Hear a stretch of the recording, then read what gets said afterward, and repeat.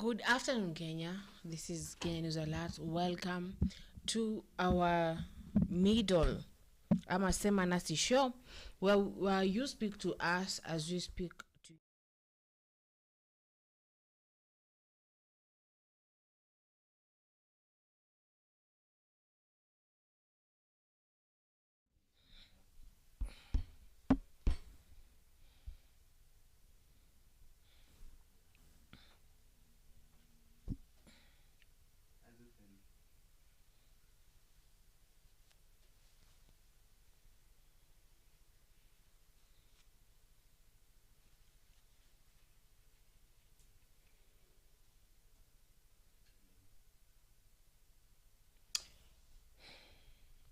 Good afternoon, people. Welcome to our Sema Nasi show.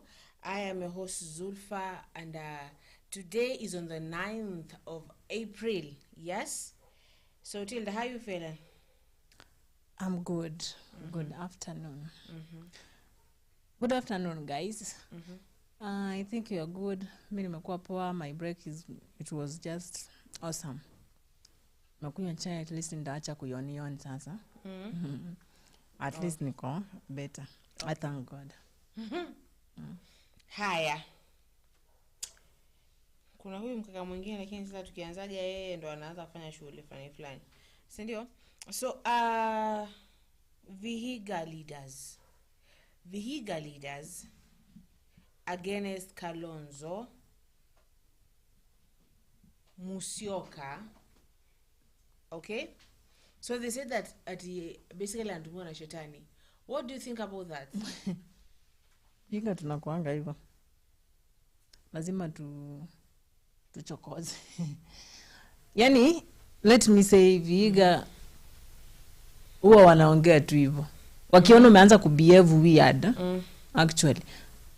Mtu atakwambia tu wewe ni kama unatumiwa na shetani. Yani unabehave, unafanya vitu yenye haifurahishi watu, haibambi watu. Unaongea maneno ambayo watu yani hata hawaelewi ni nini. That's why people can say such a word, or they can use such names and words to speak up to you. Yeah. But do you think it is right though to say someone is possessed? You know, possession is a big thing. I want to say it's not right to use some words against somebody. Ukijua. Unajua venye unaipronounce, wewe unaweza fikiria tu ni kakitutu kadogo. Nasema uachana na huyu ako possessed. Tunaona nimeona ni kama ni kakitu kadogo. But possession is not a sexy thing as people want to really say yet. Yeah.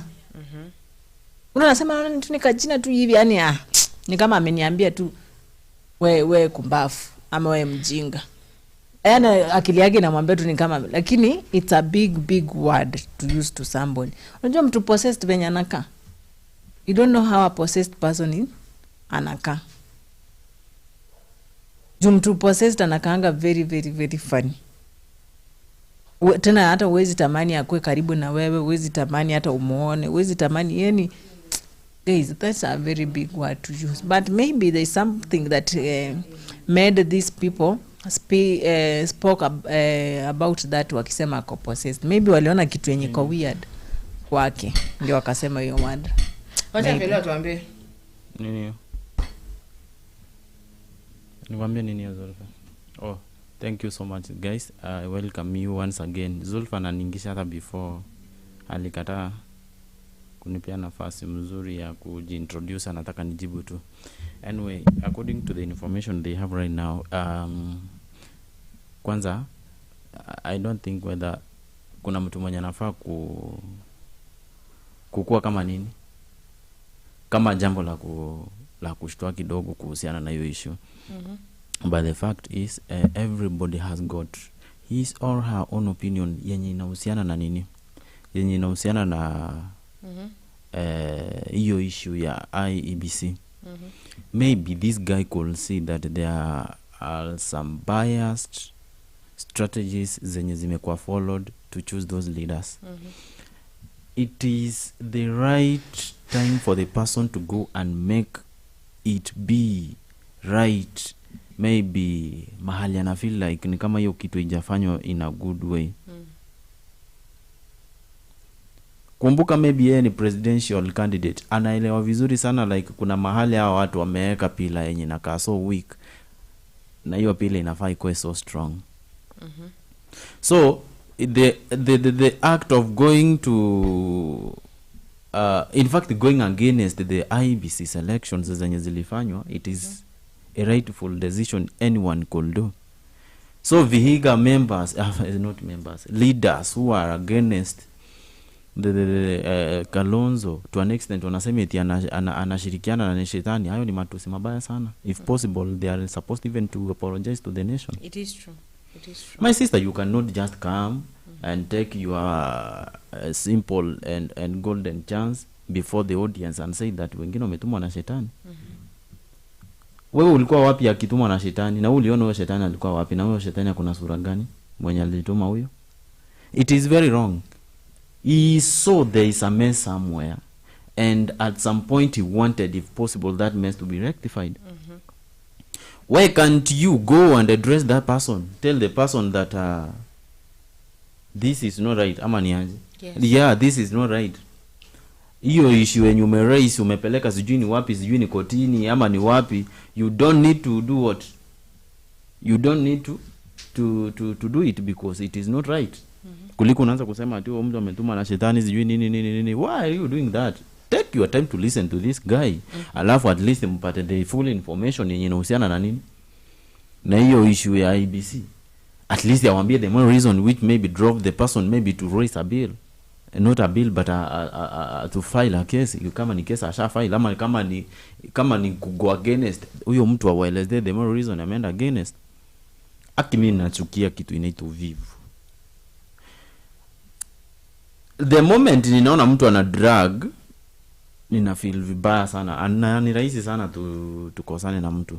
That's why if possible wakati umeona mtu anafanya kitu yenye ufeel vibaya, yani kitu yenye haikubambi, please go to that person. Tell the person that I don't like this. Sasa mbona mseo uanze kusema ati nini unajipiga kifua mbele ya audience instead you end ufanye hizo actions. Thank you. Waliona ashara isivyo. Mbona wasienda wamface?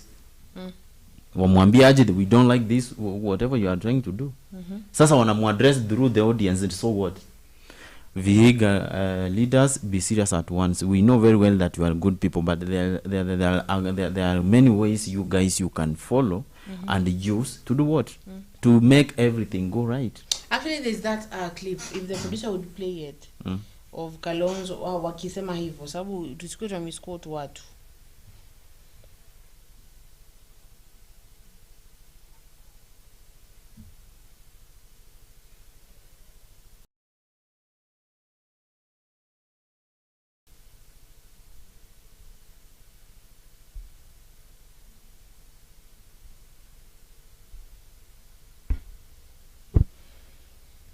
Kalonzo.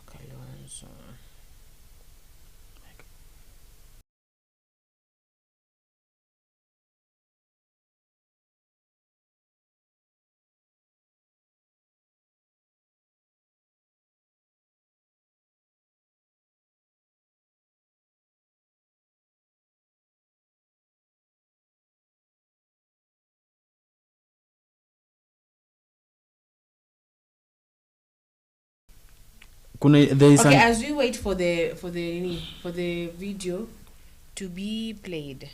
Yes. So Tilda, do you know it is very, this is Kalonzo's been here for some time. He might have his own issues. Hakuna mtu ambaye ni perfect. Hatujasema kuwa ni perfect.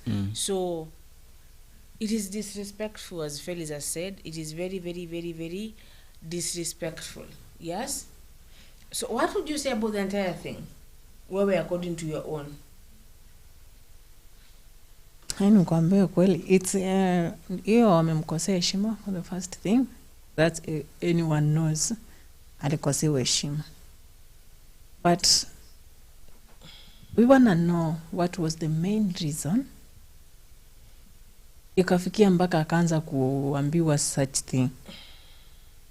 Nini wameona sana ama nini hiyo wameona ikiwa kwa Kalonzo wakasema kweli huyu jamaa ko possessed. Ni nini hiyo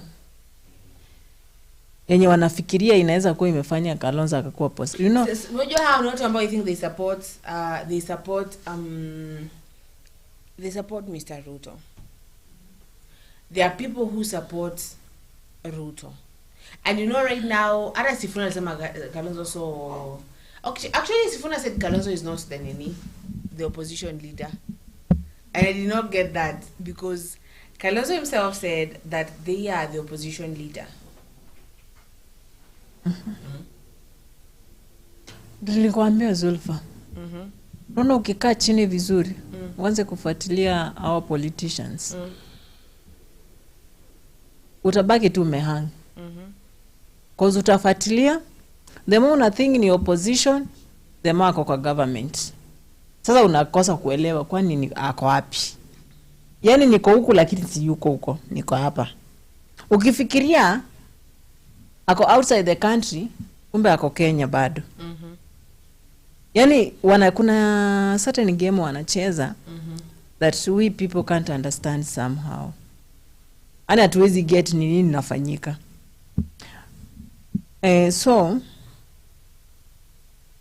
ukisema ufuatilie benye tunataka kufuatilia right now, unaweza fuatilia uone hata akili imekataa sasa, inaanza kuswitch na kwambia wait. But right now we wanna just follow up and see kitu gani inafanyanga vitu zingine zina happen hivi. Nini inafanyanga mpaka mtu anaanza kujichanganya kwa politics. Nini inafanya huyu mtu anaona sifai kukua hapa, inafanyika hapa. Like now, my sister, there is an information here I could like at least to read for you. Yenye nasema like the former Prime Minister Raila Odinga on Wednesday, April date 2, yes, denied claims by Kalonzo Musyoka, Martha Karua, and Eugene Wamalwa of alleged interference with the current Independent Electoral and Boundaries Commission selection process. Through a statement by the Orange the Democratic Movement on Wednesday, April, Raila rebuffed claims by his former running mate who suggested the current process was unconstitutional. Yes. On Tuesday, Kalonzo, alongside DAP Kenya Party leader Eugene Wamalwa and PLP Party leader Martha Karua, were adamant that since Raila signed an MOU with President William Ruto, he could no longer be considered part of the opposition. Yes? So the Wiper Party leader further claimed the fundamental principles on which the National Dialogue Committee was built had been compromised. In a rejoinder, however, Raila, through Secretary General Edwin Sifuna, dismissed the allegations accusing Kalonzo of trying to derail a legitimate process. ODM further denied claims that there was no one from opposition involved in the selection process, citing Kalonzo's ally Kokimuli, who was selected to be part of the 9-member selection panel in January. So there is a quote here said by someone that we view the accusation as an attempt to discredit the outcome of the entire process. Kenyans have waited for an I.E.B.C, and we will not tolerate attempts to derail the process, Sifuna said. So Sifuna further highlighted the delays in the commencement of the I.E.B.C commissioner's recruitment process were largely due to a court case instigated by Kalonzo and his allies. According to the Secretary General, the nomination of Wiper representative to the selection panel was fully backed by the ODM.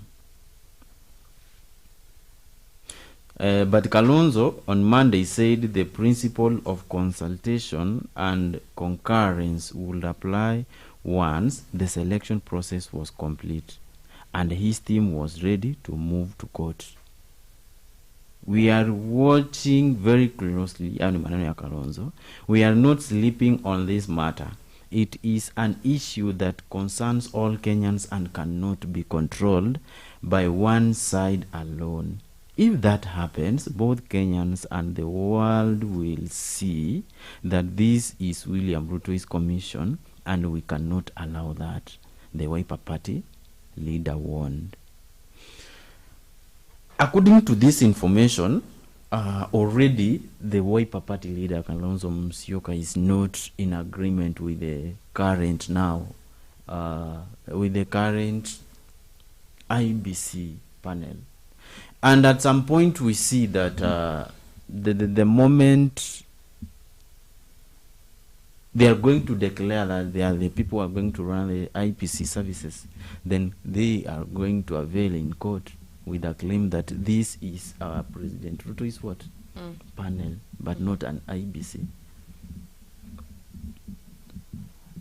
I want to understand makosa yako wapi to an extent these other leaders want to insult him. That ni ametumwa na shetani. How do I wish leaders could be good examples to wananchi when it comes to social life? Unajua the moment Zulfa ninakuona ukimisbehave before Tilda na sijamjua Tilda vizuri, I'll just interpret her the way ushamfanyia. Do you know? Okay, this is what I mean. Suppose I don't know Tilda. This is the first time to see her, but you are a friend to her.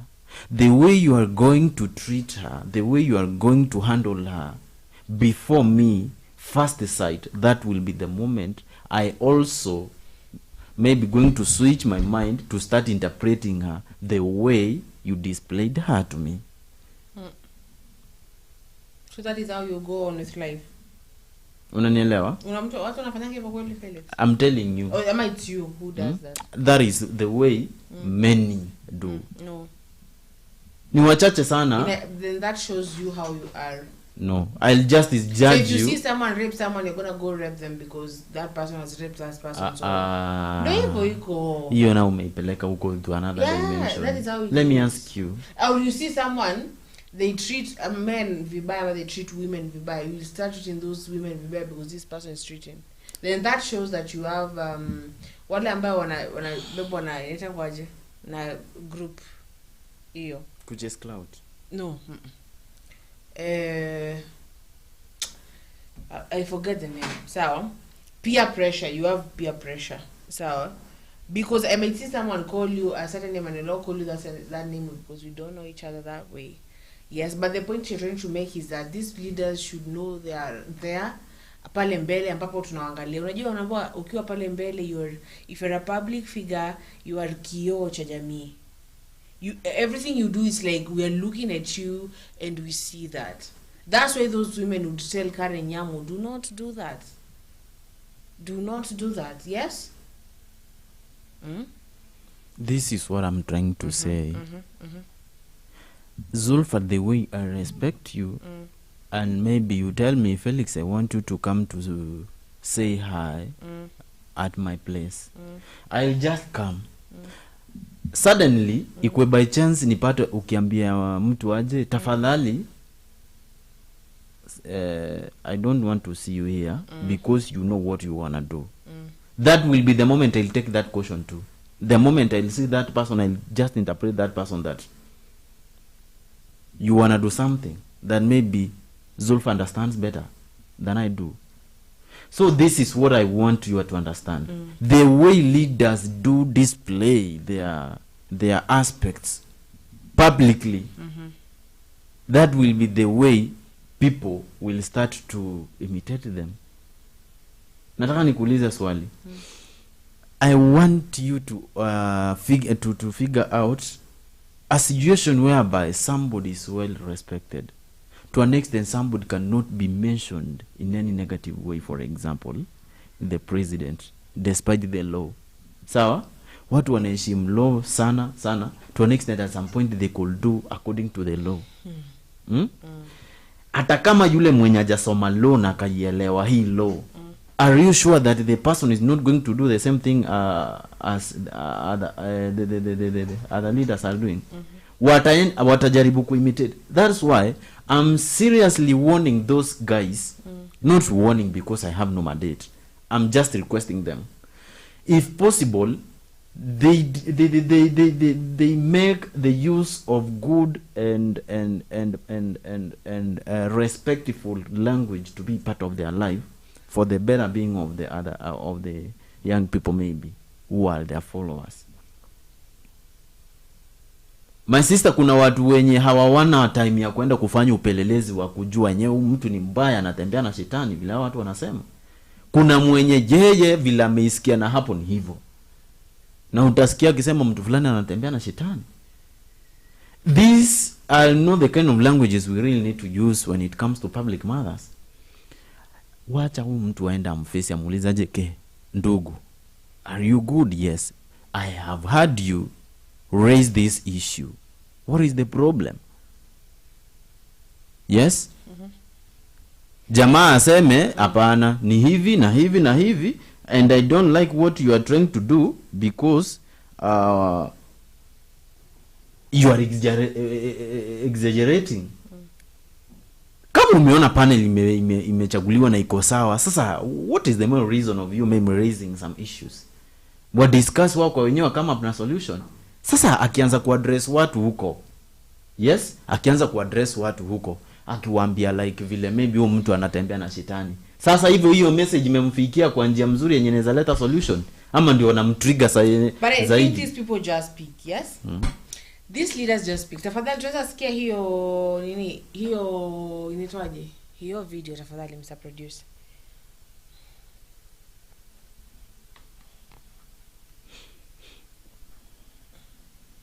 Na ametaja kwamba hivi karibuni tutakuwa na East sub county zimefikia watu wa Tiriki East. Guys, thank you, karibuni. Sote zimehama huku juu. Secondary schools, we have one university. Natu wananchi wakiomba wakati hiyo district, mimi nilikuwa hapa nikiwa maana nimekuwa sub county administrator wa Hamisi. Mulimoyo. Asante. Hamisi tutakuwa tunapewa Tiriki East. Na mimi kama net secretary maybe mnafanya kazi na DCC ambaye yuko. Kwa hivyo ni vizuri Madam DCC, all our teachers please be upstanding. Na sisi tunaunga mkono hiyo I.E.B.C ikue haraka iwezekanavyo. Na mimi nataka kuchukua hii nafasi kushutumu wale viongozi ambao wanasema kwamba hawataki I.E.B.C, wanataka kwenda kotini. Wananchi wetu wameumia, watu wa huko Banisa, watu wa Magarini na MCS fulani, watu hawana maendeleo kwa sababu I.E.B.C hakuna. Tumechoka, tunataka I.E.B.C mpya.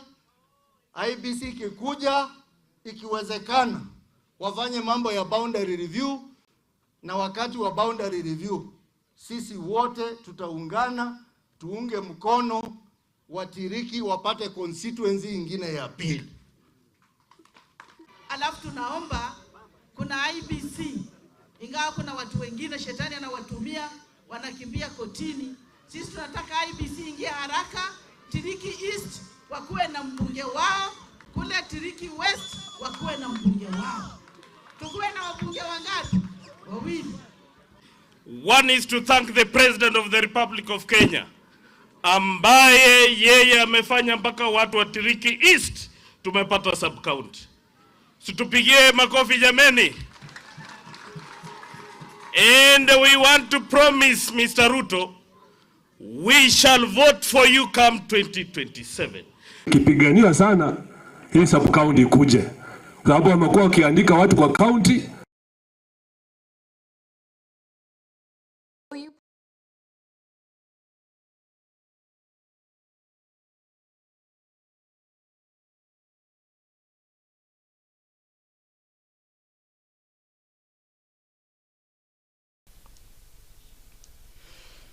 Umesikia pale, and that is a whole leader. I think the point that you're trying to make, Felix, is these people when they wanasema kwa podium kuongea wajue hawaongeleshi. Mpaka siku hizi watu wadogo wana access simu. Bana. Watasikia hivyo.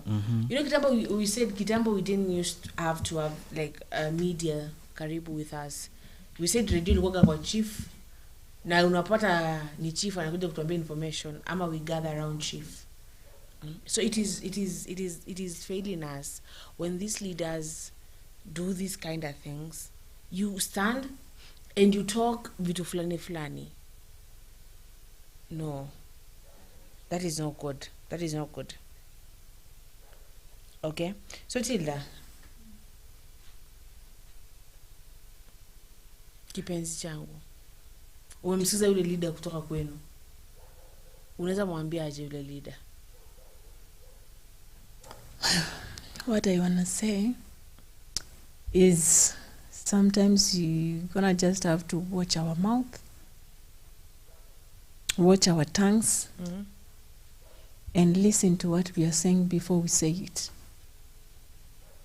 Unajua unaweza ongea kitu hapo bana, mtu atokee ukagolime ngumi we, ama mtu ama uone imekuwa big issue, imefika kotini, imekuwa wewe, are you the one who possessed him or are you the one who did that? Ndio maana unasema hivyo venye unasema, inaweza kuwa vita kwa unaona venye imetrend, venye imeenda. Niambie sasa mali yako ana feel aje? When he's trying to change Kenya. Ana feel aje sahi right now? No, bado actually juzi wamekuwa Serena Hotel. Na walikuwa mpaka na Wetangula. Unajua Wetangula is part of the government, the speaker wa bunge. Yes? Acha tusikize hiyo pia. Okay, producer kiendelea ku prepare for that. Unajua ku committee, our former colleagues who have been introduced, fellow mourners. I was invited here by two people, Elisha here, as the area MP where our brother will be taken to rest, and somewhere you are in Parliament with both of them. I knew Ken when he came to politics after the demise of my very close friend Joe Omino. That time we were NAC. We went to campaign for him, and he came to Parliament and served the remainder of that term. And he was very friendly with everybody. After he left Parliament, he kept in touch with many of us. I have his number, he has my number, he's in communication with me. When I was elected speaker, he came to Parliament to see me. The first thing he did when he entered my chamber was to ask me to stand up for prayer. Being a reverend, he prayed and gave me words of advice. And thereafter he said, kama kuna kitu, I'm available. We didn't talk again. So I learned of his demise, like all of us, with shock and sorrow. Because Ken was a very humble man. You know, most people of big stature are very humble. Most people of diminutive stature are very troublesome.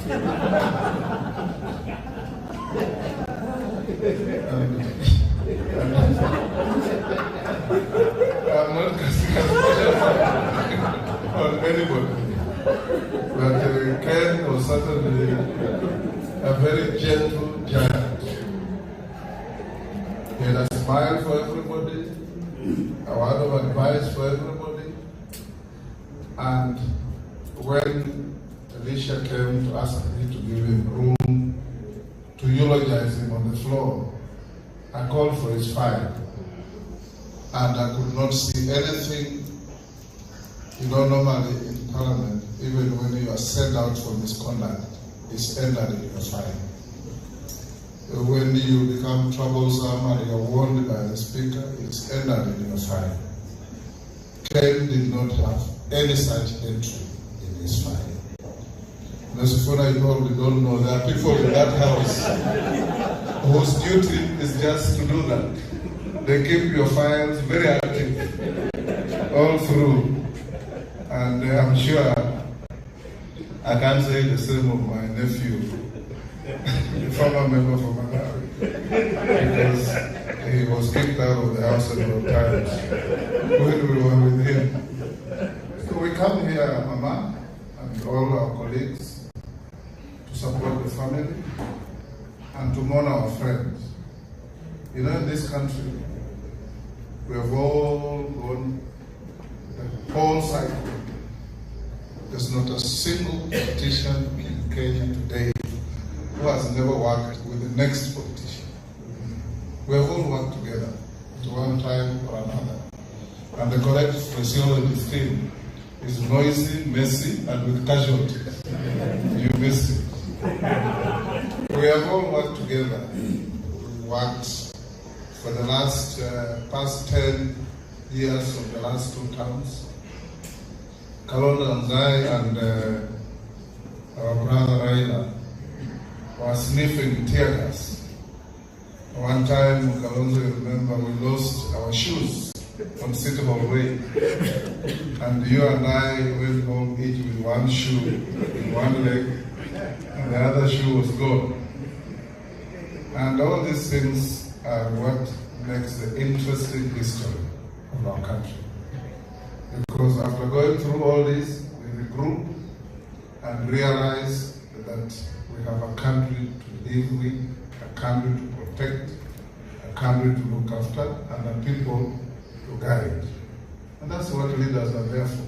We can shout at each other, but at the end of the day, we must remember that this region is riddled with countries that have failed. Somalia is an example. Troubles in South Sudan, we know. Look at Congo from 1963, it has never known peace. So every time we get to the brink and we see what happens to our neighbors, we retreat and realize that my ego may not go beyond where it is, because we must look after our children, we must look after our people, we must look after our country. And Ken was an embodiment of this. Since he left Parliament, I have not had any time where Ken is engaged in exchanges with anybody, either politically or in any other capacity. Those are the people that we count on to keep this country together. So I want not to say too many things. I also bring condolences from His Excellency the President, with whom we were in the same Parliament, with Ken. And all these teams, Kalonzo here, Silko Kundi, I think in Beo, we were in that house together. Who else was? Eric, we were together. Ruben Dolo, we were always in the gym together. Elizabeth, were you in that Parliament? No, you came later. Yes. But that is the nature of our politics. So when you have been around, like me and Steve, every time I tell these members that I've run 6 terms, they marvel, because, you know, consistency helps. And in politics, you know, you have to know when to press the correct button, you know how to talk to people, you know how to move with people. And my brother Steve here, he did 6 terms also. And we come a long way. When the Steve first went to Parliament, you remember? Yeah. We did a harambe for you. And I contributed 500 shillings. This was in 1985, after your predecessor Manangu was gunned down. But that time, with 400 shillings, I could fuel my car, drive to Bungoma and back. So it was not little money. That was enough fuel to drive to Bungoma and back, and have some fuel left in your tank. So I gave you a few trips to Sekuru and back. So let's do what we came to do. I told Elisha I have another appointment at 8, and I've been given a list here on how we are going to collect the money.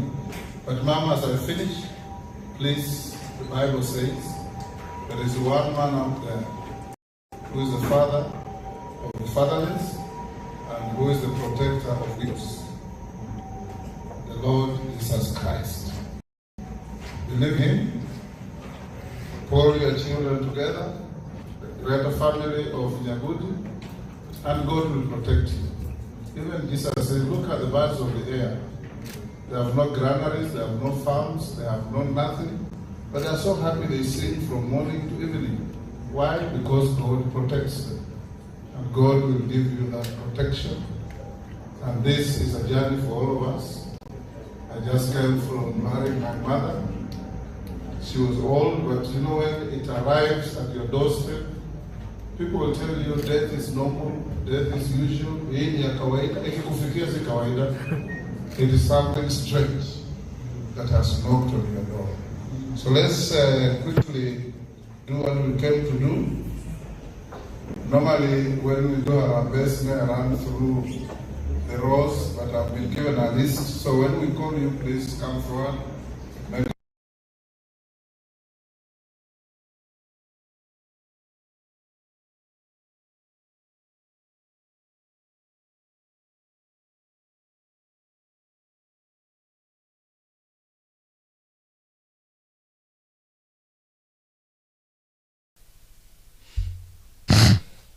Pale tumemsikiza speaker amesema ya kwamba, in fact naambia Kalonzo to understand why they're gonna have a good relationship, lakini you must have, you can have political differences and still be friends. Yes, yes, people. Kwani umedozi? Eh? So Felix, umesikia nini kwenye hiyo video? Mimi hata si eti nimesikia nini. Nataka kumeka general comment. Make a general comment. When you see this leaders meeting, yes, at some point it might not show that maybe wanacheza wananchi. Wallahi. Na nimekumbuka point yenye nilikuwa nataka kuongea. Yes. Unajua my sister, this is what we really need to remember. When I have a political difference, okay, there's political differences between me and Tilda. Yes. It never meant that now Tilda is my enemy. And seeing with Tilda somewhere, it should not trigger you that we are now budgeting and planning for something to enjoy you guys. I'm very sure the matter here was all about, they are political issues. Yes, despite being political issues, but they were matters concerning coexistence, peaceful coexistence and promotion of peace. I'm very sure. That's why sikutaka hata nisikize sana, but at some point nijaribu kuwapatia the main reason why at some point tunasemanga watu wanatu enjoy. Unaelewa? Kama hapa mahali walikuwa ni mahali pa kukula, pa kukunywa na kujiburudisha after meeting. Yes. Haimaanishi like sasa now they were heading there after kutu enjoy. Yes? Obviously they headed there. Yeah, they headed there. They could take even a meal together. Yes. Alafu sasa hiyo ndo personal.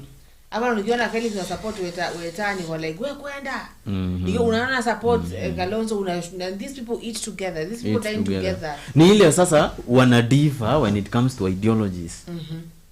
But ni job kwa. Yes. Hawaichukulie personal as we take it personal. Yes. Yes. I saw when you were in bunge la wananchi, was Gaucho there, and he was speaking about situation akiambia kitishia tu kuhusu Ruto. Wewe unatishia tu kuhusu Ruto aje? How do you do that? Like when you see this person, and I usually say this, there are people like who can die for these people. na umesikia hapa vile wamesema they were in a place where they could go eat together because this is job, na after job is like lawyers, utapata huyu ni plaintiff na huyu mwingine ni huyo mwingine, sawa? Na wataargue pale kwa court, argue then ya watu wanachukiana, and then after that they meet in huko chambers pamoja because it is job.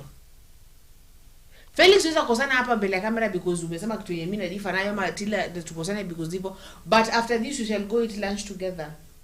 But kuna mtu anachukua side yako na kuna mtu anachukua side yangu na wachukulie personally. It is never that serious, people. Unajua at some point kitu yenye mimi huwa inanipatia moyo ni this era is not that era that you can easily brainwash people the way you may think you can. It is very hard for you to convince somebody without any tangible what? Evidence. Or information that can convince the person.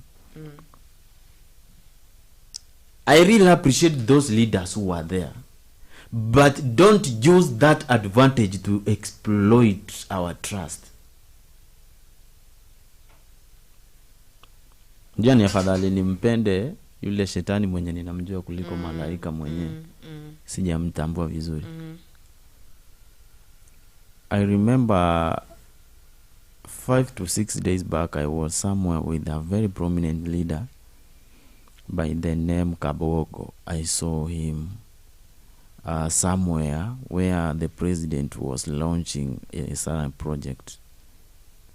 That guy was looking simple with no any complication, whereby if you can maybe meet the guy in streets, you cannot even know that this guy has got even a car. He was in a jeans and a very simple shirt. Yes. Is the one that you also has 100 acres of that thing? Wait, let me just. Is that one? Yes. The Kabogo, that minister of ICT. Of ICT. Yes. Yes. Did you see it? I saw him. Did you see what they said 100 acres? No, I just met him in President Ruto's function. But did you see? Does he have that thing we're told that it is so big that it's 100 acres? Oh, I understand what you mean. Did you see it?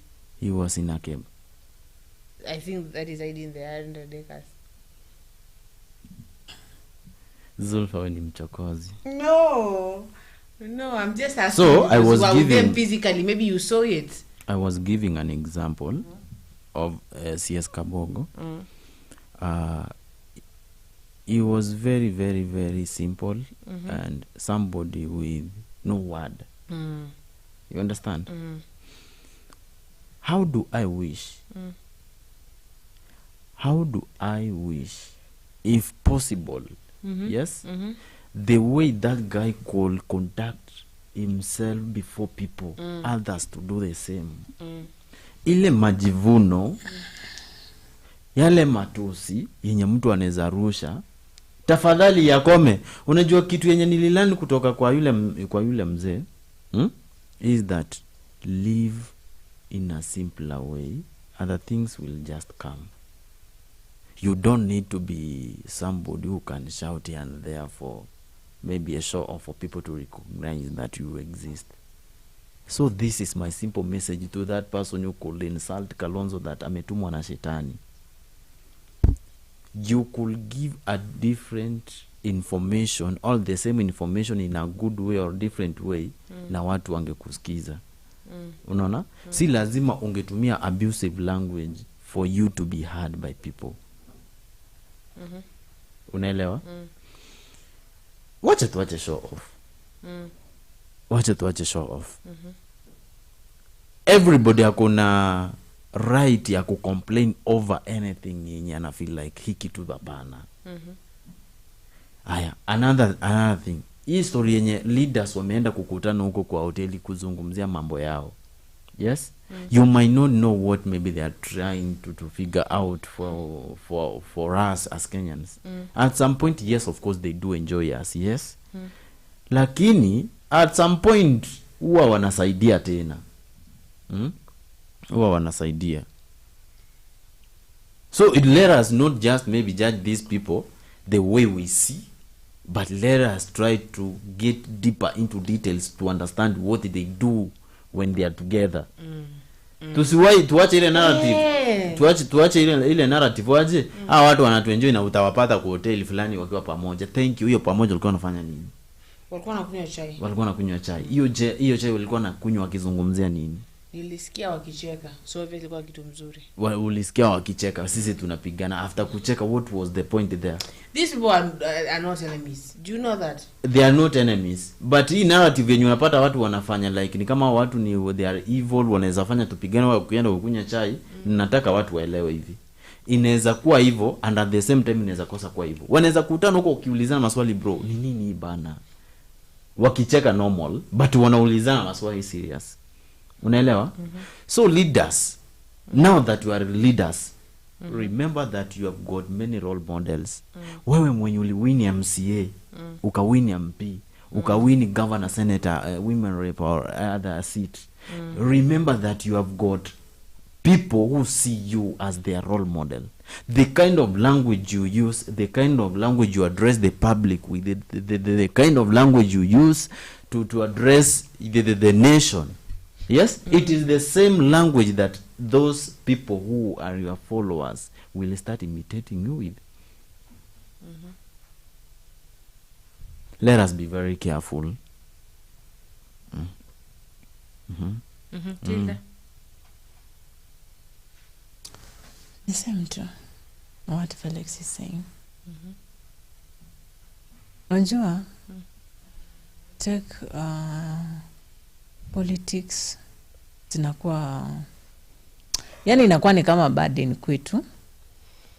Inakuwa ni kama, yani tunabeba mzigo ambao si wetu. Our livelihood. Yani na tena tunabeba very seriously. I don't know what's wrong with us. Msalaba. Umengangana unabeba nini mnapigana mnauana mnafanya, and then these people that you are fighting, you are killing each other. Unaona nini? Wamekaa wanakunywa chai. So unakuwa zile ama umesikia ama umeona. Unajua tu ukisikia tu hao watu walikuwa pamoja kunywa chai, hata unaweza enda wapiga walai. Juu mimi niko hapa napigana, napenda huyu mtu. Kumbe hao watu ni marafiki na fulani. You know, you fight because you don't know.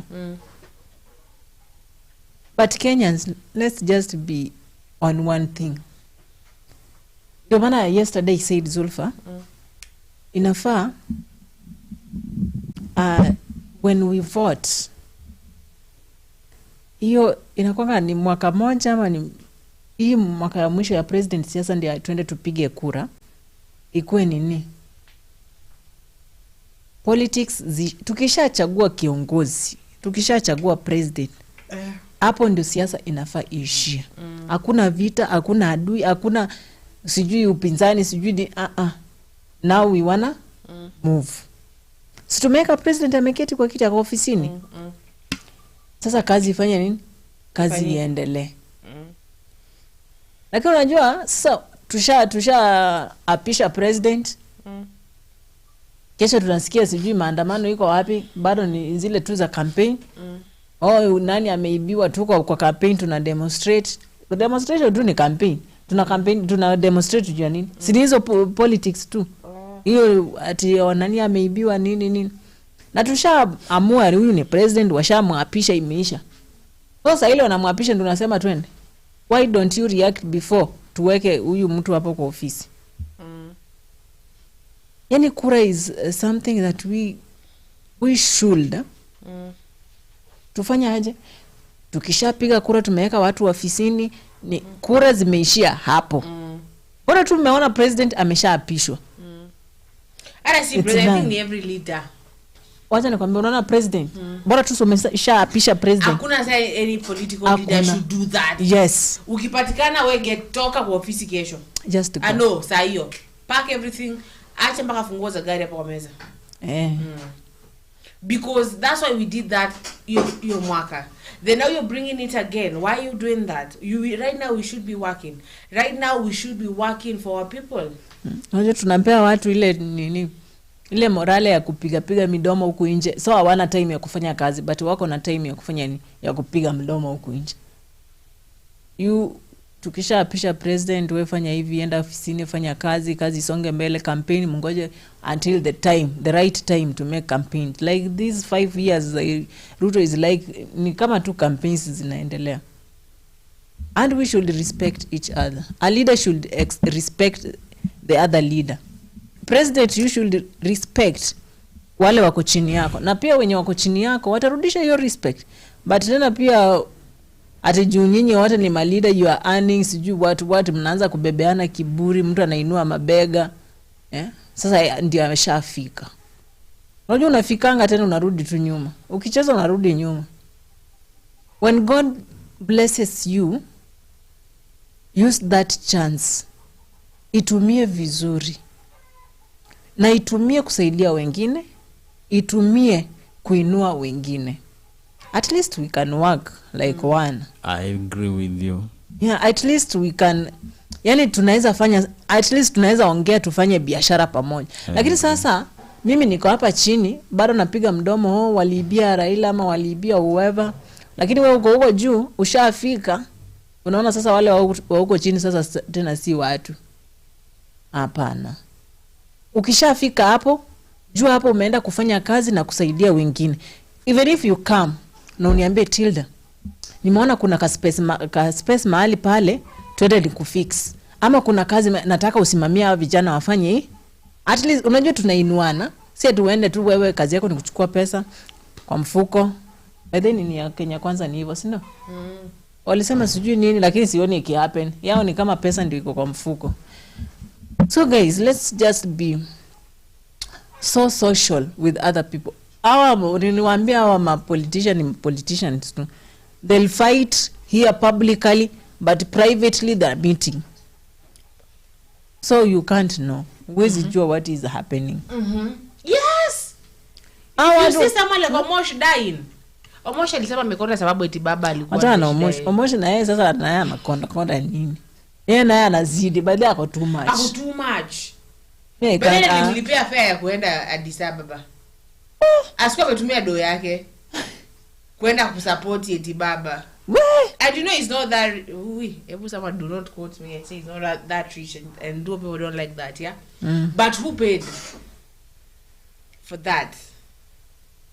I want to know wale watu wake. Akaenda kusupport baba. Lakini unaona someone like Omosh angekuwa nafaitia Kenya, tungekuwa tuko sawa. If those kind of people, yeah? Yeah. Those people wakina Gaucho, Lakini sasa Gaucho even threatened the Gikuyu people after the AUC thing. He said, watu wa Mlima kama si baba nyinyi tungedili na nyinyi. I can quote that, even hiyo naweza enda mpaka kotini nayo. And you're like, nigga is not that serious, man. Yani mtu anachukua kitu anabeba mtu. Yani niliangalia Omosh mpaka nikasema mjamaa amekuwa tu yani strong, akiongea unaona kweli. Kidogo mimi naona Omosh nashangaa ni anasema na mimi nakonda kwa sababu ya baba. Baba Omosh anademeka madama ndaka uze uji. Nie? I don't know. There's someone who told nie alimanga madam fulani hapo enda kwa uze uji. By the Omosh is that person, is that kind of a person mwenye anaongea tu. I think nie alikuwa anabonga kuhusu Raila and a woman there commented and he was like, enda ukauze uji wewe. But selling uji is not bad. So si bora unapeleka chakula kwa nyumba. Bora bonga hapo jamaa comment hapo enda ukauze uji wewe utafeel aje? You will feel bad. But why do you really need to remind somebody that nenda ukauze uji? Anyway, so that is Omosh wa Raila. Hiyo ni kazi yake. Hiyo ni Omosh kiasi. Hiyo ni kazi yake na anafaa ikubali. No, iko kazi yake ndio madam aliongea like the way we are talking and then you just say that. Elewa equaling yani. Wewe madam ali-equal, yes. Alisema hapana kuhusu kitu ya Raila. Alimwambia hivyo. Si unaona wewe mama ali-equal. Alicomment tu. Ndio hiyo yani alijaribu ku-comment ukiongea. Let me tell you. Kama alikasirika basi si anafaa kuacha hiyo kazi. Let me tell you, kitu ya kwanza, for your work to be productive, love it. Despite the kind of job you are doing, love it. Zulfa, ukiniambia Felix toka hapo hivyo nenda kwa hizo vitu zenye unafanyanga, I'll be proud of it. So kitu ya kwanza hiyo si matusi. It is rude though. It is rude. Aya, kitu ya pili ni kama ukutane na lawyer mwambie nenda huko ukatetee majambazi. But uzangi uju madam, so why would you say that? Nikwambia wewe enda huko ndo uze matoke. How will you feel? Na uzangi matoke. Let me ask you. Ana tujiongelea story ya matoke mimi na wewe. Let me ask you. Why do you think maybe wanafanya hivyo? Na inaweza kuwa offense wakifanya hivyo kwa sababu tumesikia mmoja akiambiwa eti mmoja akiambia Kalonzo eti ni Kalonzo ametumwa na shetani. Sasa ona kama hiyo ni nini sasa? Yeah? Kama is that exactly what I'm talking about. Why would you say umetumwa na shetani?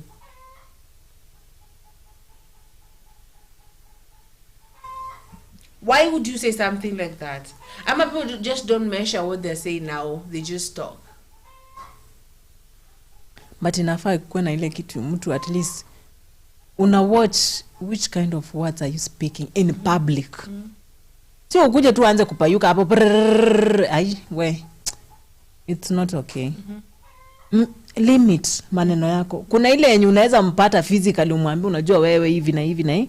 Lakini sasa umeweka huku kwote. Baka kila mtu anajua Kalonzo ametumwa na shetani. Sasa wewe ni kama ulimfuata nyuma ukaona shetani akimtuma ama? Ulimfuata nyuma mali anaendanga. Like the way unajua time watu walikuwa na vote. We God. Watu walikuwa na bishana somewhere. Watu wanasema kuna wale wanasema tunataka Ruto kijana. We need the vijanas to lead the country. Aya. There is this another group inasema hapana. Tunataka Raila. And there is someone I think nilikuwa nafanya kazi hapo. Na kuna someone commented. Akasema afadhali hata Ruto. Huyo Raila mwenye tunajua mpaka akona kamba refu. Sasa zinaogopa kusema inasikia hii. Akona kamba. Raila is a witch doctor. Akona let me say it snakes whatever hizo. So nikakuwa zile yani watu wanajua aje hizi vitu zenye sisi wengine hatujui. It's like you always go there mnajua nyumba ya Raila venye inakaa, mnajua mahali anaendanga akifanya hizo vitu. Yani I asked, mimi nilikuwa kitchen. Unajua mtu wa kitchen venye unadharauliwanga na watu wako huko sitting. Nilishautia pale kwa dirisha ya kuserve. We, nikuulize, unamfuatanga nyuma unajua ako na nyoka, iko side gani kwake? I commented. Akaniambia wewe kwanza una support nani? Nikamwambia I'm supporting none of them. Si support mtu yoyote. Nimeachia Mungu achoose na mimi mwenyewe najua nitapigia nani kura. Lakini wewe unafuatanga Raila nyuma akienda kwa hizo mawitches zake. Unajua ako na nyoka kala gani? Ako na nyoka inakaaje? Amevalisha beads ama iko tu hivyo. Do you know? Do you go there? Have you ever seen him with it? Na tulikozana na hapo ndio nilifutwa kazi. You know if some things you speak the reality. Mtu anaona ni kama unamkosea. Mimi nilimwambia unajua sasa hivi ukiongea hapa ukuje ushikwe uende useme uonyeshane hiyo nyoka ya Raila, will you show? Enda tu tuonyeshe. Kama ameyamisha weka side nyingine. Hata kama hata hiyo. Let me tell you. Mtu mwenye anaongea hata hajaifika Kisumu yenyewe kwa kina Raila Bondo tu. Amesikia hiyo. Anasikia tu. Na kuna mtu ambaye atasikia venye umesema there's a person who will have that kind of information of Kalonzo mtu na shetani. Then aje apeleke differently ambie mtu mwingine walisema Kalonzo au kuwa na shetani. Then mwingine aseme Kalonzo ako na mashetani. Then mwingine inaenda na spread yani unajua ukianza yako iko sawa lakini sasa the second one inaongezewa chumvi ya tatu inaongezewa karoiko ya nne ndio wasi inaikwa sukari kwa chumvi na roiko sasa haina ladha sasa unashanga which mix is this. In short, what we really need to say, let us not exaggerate information. At some point, let us not do those things that will make us happy but diminish other people. Whoever said, my grandmother once told me, my grandson, I love you so much than anything else. But don't take that love that I have for you to exploit my weakness. alikuwa anapendanga kukua na vitu mzuri, so weakness yake ingeni enable nichukue hizo vitu. Sawa? Nikipata like hakuna sijui nini nichukue hiyo. Nisema sasa huyu shosho anaweza fanya nini kitu kai mzuri. Nikipata amenunuliwa saa mzuri nimwambia hai ama nichukue. Sawa? Nikipata amenunuliwa simu mzuri ni make sure hiyo ndio ninatumia kuingia online. Unaelewa? So akaniambia like don't be don't be a good example of those people who can take advantage of what maybe they see before them. Learn on how to make it better than whatever you see. Don't be those people who cannot work with the reality. Believe in your abilities and make your abilities to come into reality. Don't make anybody before you to be a reason why you failed. True. Unaelewa? Don't make anybody before you to be the reason why you failed. Ndio maana mtu mimi akianza kuniblame sijui nini sikuangi so fast nini. Better ni make sure nimefanya hiyo kitu imekuwa mzuri before iendelee kusema eti wewe ndio umefa. So my sister Tilda, don't allow yourself, Zulfu unanielewa? Don't allow yourself to be the reason why somebody is maybe not happy or somebody is crying. Unaelewa? So for those individuals who manage to come up with many ideologies, maybe to kubomoa the president, kubomoa Raila, kubomoa Zulfa, kubomoa Tilda ama Felix ama whoever else, ni afadhali wa make sure like wamesafisha hiyo njia, watubomoe kwa njia yenye inayofaa na ya kweli. So mimi niko na neno moja nenye tamani hata President Ruto, Kalonzo Musyoka, Raila Odinga and all other prominent leaders waelewa. Let us not play blame games. But that's what is going on in the parliament, in the Senate, in the whatever. Yani wakutuna blame games anyway, everywhere. Let us not now do that. Let us not do that because they will make us stuck wherever we are. Tutastuck mali tuko. Yes. Tutastuck mali tuko. Unajua blame game inafanyanga people you don't yani I'm songi. Tuko tu pale. I blame Felix, I blame Zulfa. So no time, you don't have time. Hamna time hata ya kufikiria mnafaa mfanye kitu fulani hapa. Kazi yako ni wewe. Ni wewe. Hapana ni ule. By the way, you ina making him waste a lot of time. So hata inafaa kukuwa na ule mmoja mwenye anasema it's okay, let me do it. Unajua ule akianza kila mtu amenyamaza. Si mmemfuata? Si mmemove on na life inasonga. Kila kitu itakuwa sawa. Hakuna ule mwenye ana blame mwingine. Ule amefanya. Kama ule amefanya na sisi tufanye wacha mimi nifanye hivi. Wewe shika hii, wewe shika ile. Kazi imeisha. Just like that. Lakini politicians mayu. Kalonzo. Tomorrow Gashagwa. The other day utasikia sijui ni the president. The next unasikia Justin. Next unasikia ni Musalia. The next unasikia sasa hakuna kazi inafanyika. Ni blames. No guys. Hata mimi nilikuwa naona kwa nyumba yetu. Sorry. Nilikuwa naona kwa nyumba yetu. Tulikuwa na hizo blame game sana. Ikifika wakati wa kwenda wapi? Kwa duka. Tilda, wewe ndio mdogo. Enda kwa duka. Sasa mimi nimefanya hivi please mwache tu hata nipumzike ama niacha nifanye hivi wewe. Nani mwepesi kwa hii nyumba? Sasa kila mtu is pointing on me. So nilifika to some points nikasema watu wanataka tucheze blame game ya kwenda kwa duka. Unajua mzaya anawaangalia tu. Nani anaendanga kwa duka sana? Si ni huyu? Hakuwa anaita mwingine. Ziko mbali ama? Imagine si mbali. Tuseme nini kutoka hapa, nitoke nje ya gate na nipige ile kona hapo tu. Lakini mtu ana complain. So mzaya alikaa hivi. Unajua kali ama? Kukuwe na jua, kukuwe na mvua. Mimi anaweza enda. But yajua saenda. So mzee akaona hizo mablame game. Unajua kuwa anaita mwingine. Tilda niende kwa duka. Hivyo tu. Unajua na usiambie mtu. Haya. Shika shilingi 5 endo ununue sweet. Mimi naye ni mjanja. Sijai kula sweet nikipewa 5 bob. Naiweka. Nilikuwa na mkebe. Naeka. Naenda nachimbia chini. Akinituma tena. Alafu sasa tena complain ikaongezea. Mbona wanatumanga tu huyu peke yake? So unashanga. Sasa sinyi mkituma mna complain. Mnataka nini? At the end of the day, mimi nimeletewa gift. Wewe hujaletewa. Ni kwa nini? Si wanatuma mnaanza kusema huyu ni mwepesi, maana huyu sijua anafanya nini, maana hizo ndio zinafanya at least mnakosa some opportunities. Mnakosa kufanya kazi. Ama mtu maybe ako too busy doing nothing, lakini hataki kwenda tu kwa duka. Nyuma tu ya nyumba yenu huwezi enda.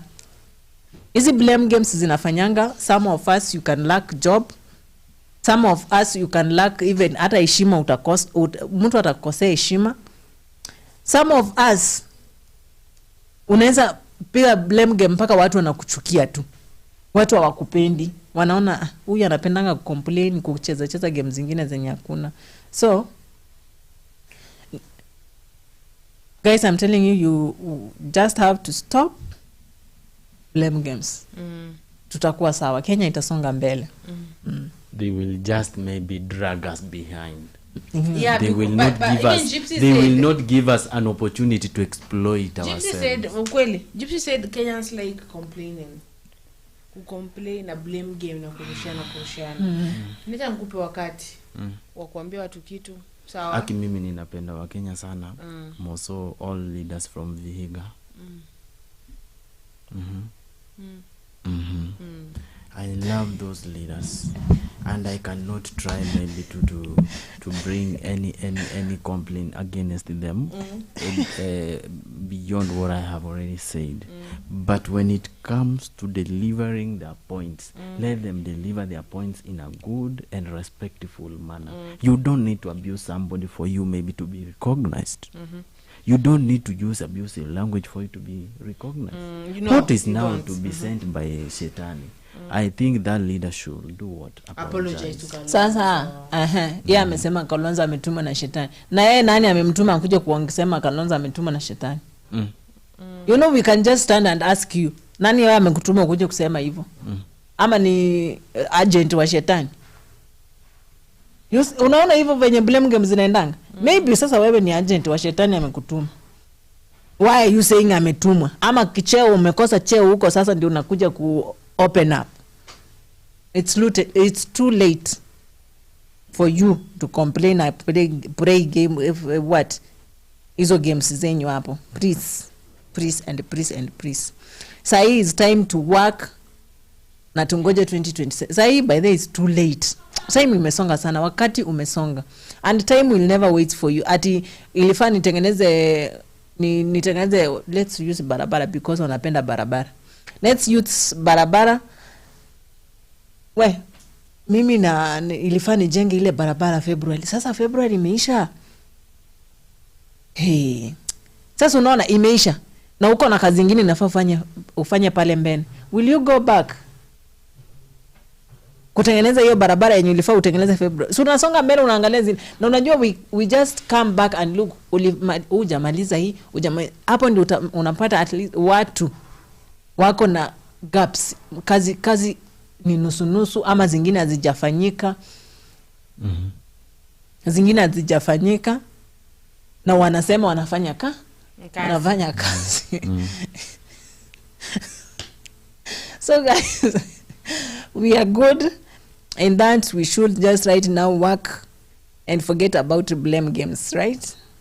The more you complain, the more you come to be contentless. Yeah. Yeah. So thank you so much, and I at some point maybe thank you guys for joining us. This is Plains and Felix with my two sisters here. You know, at some point I really appreciate you guys to be those individuals who can kuvumilia, just a gentleman of the two. So anaitwa nani huyu mwenye kwa comment? Frida. Frida Nyamokune. A very sweet name. What does it mean? Frida Nyamokune. Nyamokune. I don't know the meaning of the second name. Yeah, Tilda. Do you know the meaning of the second name? I don't know. Hata sijaisikia jina kama hiyo. Welcome Frida. Yeah, thank you. Okay. So Tilda kuna alikuwa anaongea. No, I was just saying nini. Blame games zinaturudisha nyuma. Blame games zinafanya atufanye kazi. Blame games zinafanya tunalaumiana in a bad way. Tuna confront watu in a bad language. Let's use this short time that we have right now to work hard and finish the works that we have to do. Unajua saizi like there is an MP or an MCA or a governor akona bado angali, yani muda unasonga, miaka ndio inakimbia. Miaka inaenda. No, hakuna kitu amefanya. You're April now. Mwaka unaisha usikie sasa for 1 year. Happy New Year imekuwa juzi. Hata was it yesterday nilikuwa sema ala. Juzi unakumbuka tukidozi. Juzi sisi tunakwenda nini? We slept. And now it is almost na hakuna kazi ambazo zinafanyika because you people are out here campaigning saying yule amefanya, huyu anafanya, yule hajafanya, huyu.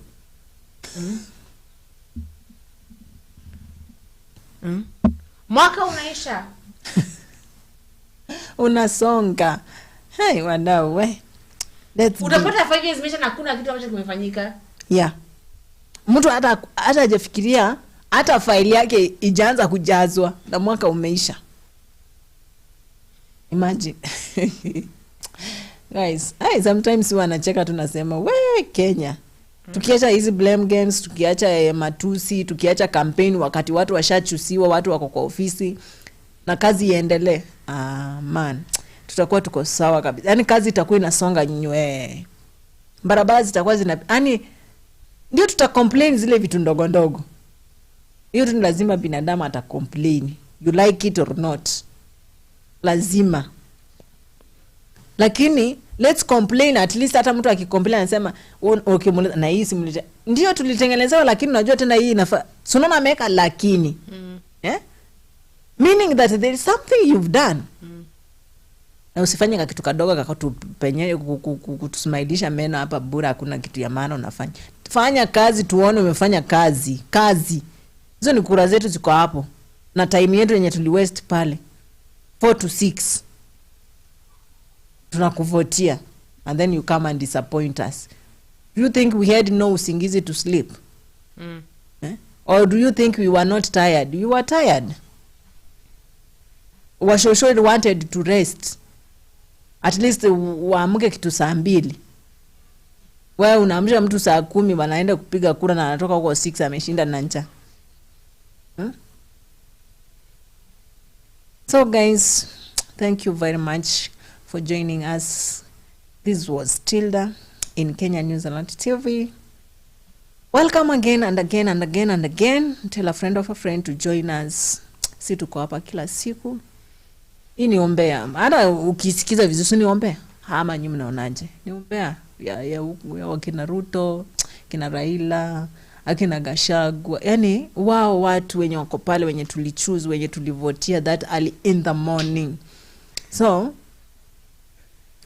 thank you guys. We just really love you so much and we really need you every time. Tuko hapa kwa sababu yenyu. Muko hapo kwa sababu yetu. Na ndo maana tunawapenda sana. Yes. So guys, thank you. And mfanye tu kale kitu kenye mnafanyanga kila siku ama aje? Zulfa. They like, comment, share. Sasa nataka nione mkipiga. Ama mnaogopa kutuongelesha. We are good guys. They used to. But they have to continue. But we make it a routine. Wani wapige watuongelesha. Unajua itakuwa more fun. More fun. tucheke, hata ukitusalimia we are good. Ukichangia mjadala we are good. Yeah? We love you guys. So ebu mfanye kitu. Like, subscribe, share. Salimia Zulfa hapo kwa comment section. Salimia fellow. Hata tuko na producer behind the cameras. Namsalimia. Unasema tu hi producer, atapokea salamu. We love you guys so much. Thank you a lot. Let me switch it back to fellow. To Felix. I like your remarks though. Tilda, your remarks are very cool and patronizing. They can convince somebody to come back. So thank you so much, guys. This is Plains on Felix. I welcome you back to Kenya News Alert TV. This was a Sema Nasi show. It has been cool. I have enjoyed it, and I wish it could go further than this. But by now, I want to just say goodbye. Mimi tunakutana kesho asubuhi morning tisho na Sema Nasi, yes? Thank you so much, guys. I love you so much. But let peace be an anthem in our country, and let avoid abusive languages before the audience, because you might not know. Thank you so much. Okay, so people, hizo advice ambazo mmepewa na wenzangu, hizo ndo advice ambazo nataka msikize nyie leaders, because usually we have dealt with story ya Karen Nyamu showing people the middle finger. Now here we are yeah, they showed people the middle finger. Who? Karen Nyamu, your crush. Sasa una it's okay. She's beautiful. Yeah, so it doesn't make any. I thought she wasn't beautiful. Oh, Maliziado. So it is so sad that our leaders are doing that. It is so sad. We don't want that. We want them to lead with examples and. Mwende mkasoma kitabu cha Solomon. Muone vile alivyokuwa mjanja. Isipokuwa alikuwa na bibi 700, lakini he did that to unite the countries. Actually, people don't know that, but that is the reason why Solomon married 700 wives. Do you think our president should also? Maybe he should marry a Gikuyu wife now. Yeah. Alafu ateremke uko wapi Modogash. Alafu aende coast. Aende Ramu. Now, thank you so much. I've been your host Zulfa. Tupatane hapa saa 10 mpaka saa 11:30.